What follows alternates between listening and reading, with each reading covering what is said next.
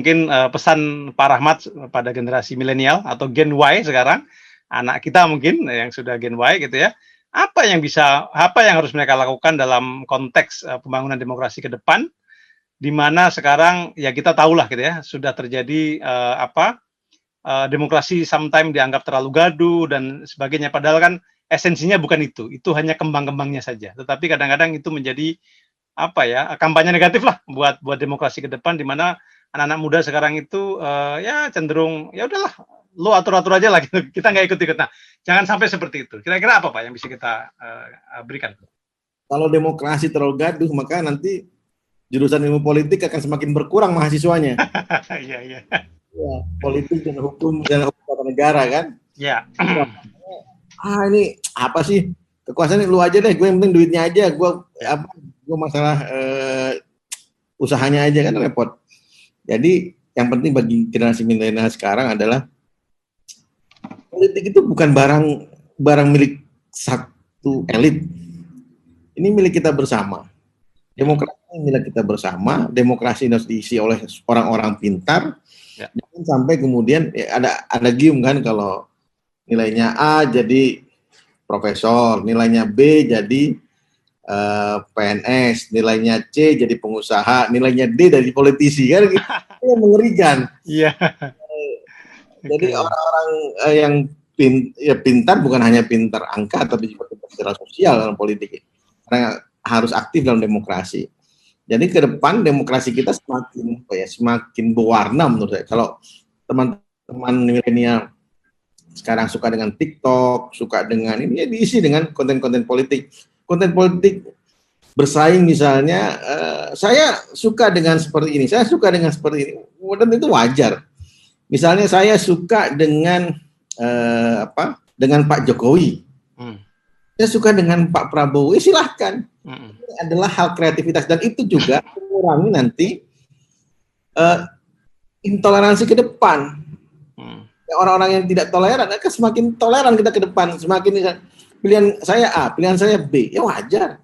Tidak dianggap kemudian pilihan B, durhaka lu jadi anak. Nah, repot, bapak dan anaknya kemarin berantem kan? Ya.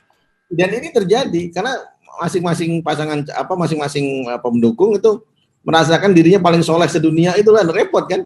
Ya. Jadi harus kemudian dibentuk di pemikiran teman-teman. Ini bukan barang elit.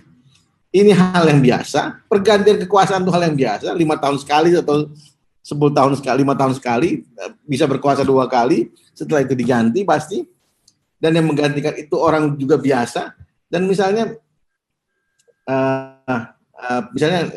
Pak Jokowi ini menerobos pemikiran bahwa yang jadi presiden itu harus orang, kalau nggak tentara, orang militer, tentara, kemudian orang sipil yang kemudian aktif di pergerakan, kan tidak. Pak Jokowi kan tidak kita ini, kemudian maju, biasa saja katanya. Ya.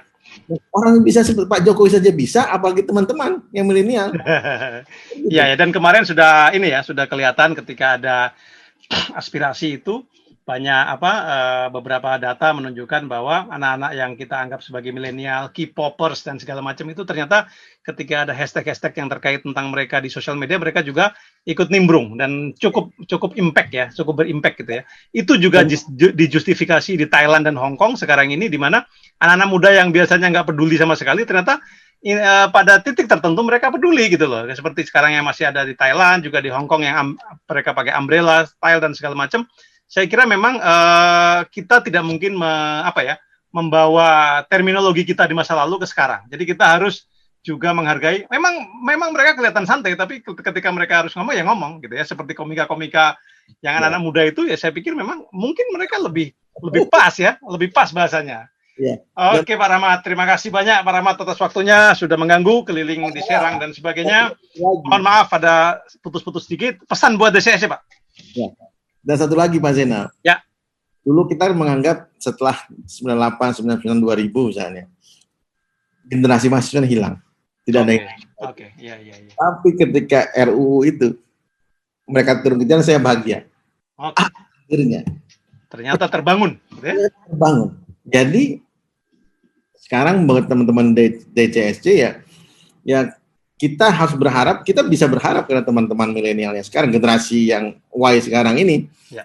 mereka peduli, dan ini juga harus transformasi pengetahuan dari kita kepada teman-teman di milenial harus terjadi. DCS misalnya bisa jadi penghubung antara gap informasi dari tahun 98 yang kita lakukan dulu, demo 98, 99, 2000, 2001 kepada teman-teman yang ada sekarang. Pilihan-pilihan itu banyak dilakukan, dan kemudian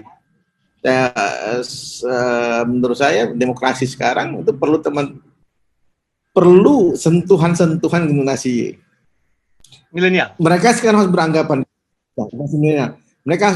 bahwa kalau saya pilih Anda, saya dapat apa? Bukan dapat politik uang, tapi bagaimana kota saya dibangun, bagaimana beasiswa itu diperbanyak, bagaimana perguruan tinggi diperbanyak penelitiannya, karena bagaimana usaha digital, usaha-usaha yang berkaitan dengan kreativitas itu juga terbuka, dan mereka bisa menuntut itu. Oke, Pak Rahmat. Terima kasih banyak atas waktunya. Satu catatan penting yang bisa kita ambil malam ini adalah bahwa demokrasi itu tidak mudah, semua by proses, tetapi jangan pernah menyerah bahwa kita kembali ke masa lalu atau putus asa gitu ya, karena memang di banyak negara Amerika membutuhkan 200 tahun untuk kemudian bisa stabil. Kita sekarang baru 75 tahun, dan kita harapkan pada 100 tahun Indonesia merdeka demokrasi kita memang lebih mapan gitu ya, terkonsolidasi. Dan mungkin kita sekarang punya harapan yang awalnya kita underestimate terhadap generasi milenial atau Gen Y, ternyata mereka juga sadar secara politik dengan caranya gitu ya. Kita tidak mungkin memaksakan itu. Oke, mungkin sampai di sini ada CS Perspektif edisi kali ini. Saya atas nama dari Developing Country Study Center mengucapkan terima kasih atas kehadirannya sekali lagi kepada Pak Rahmat Bagja, sahabat saya, teman kos saya. Semoga ke depan selalu sukses, termasuk yang saya harapkan adalah mengemban amanat dalam mengawal demokrasi kita agar menjadi demokrasi yang bermanfaat, demokrasi yang juga mencerminkan suara rakyat, bukan hanya suara para elit seperti itu ya Pak ya, sehingga demokrasi itu bisa menjadi quote-unquote public goods dan bukan menjadi kepemilikan oleh kelompok tertentu saja. Terima kasih sekali lagi Pak Rahmat dan juga para sahabat semua dimanapun Anda berada. Sampai ketemu di DCSC Perspektif edisi berikutnya. Wassalamualaikum warahmatullahi wabarakatuh. Selamat malam. Salam sejahtera bagi kita semua.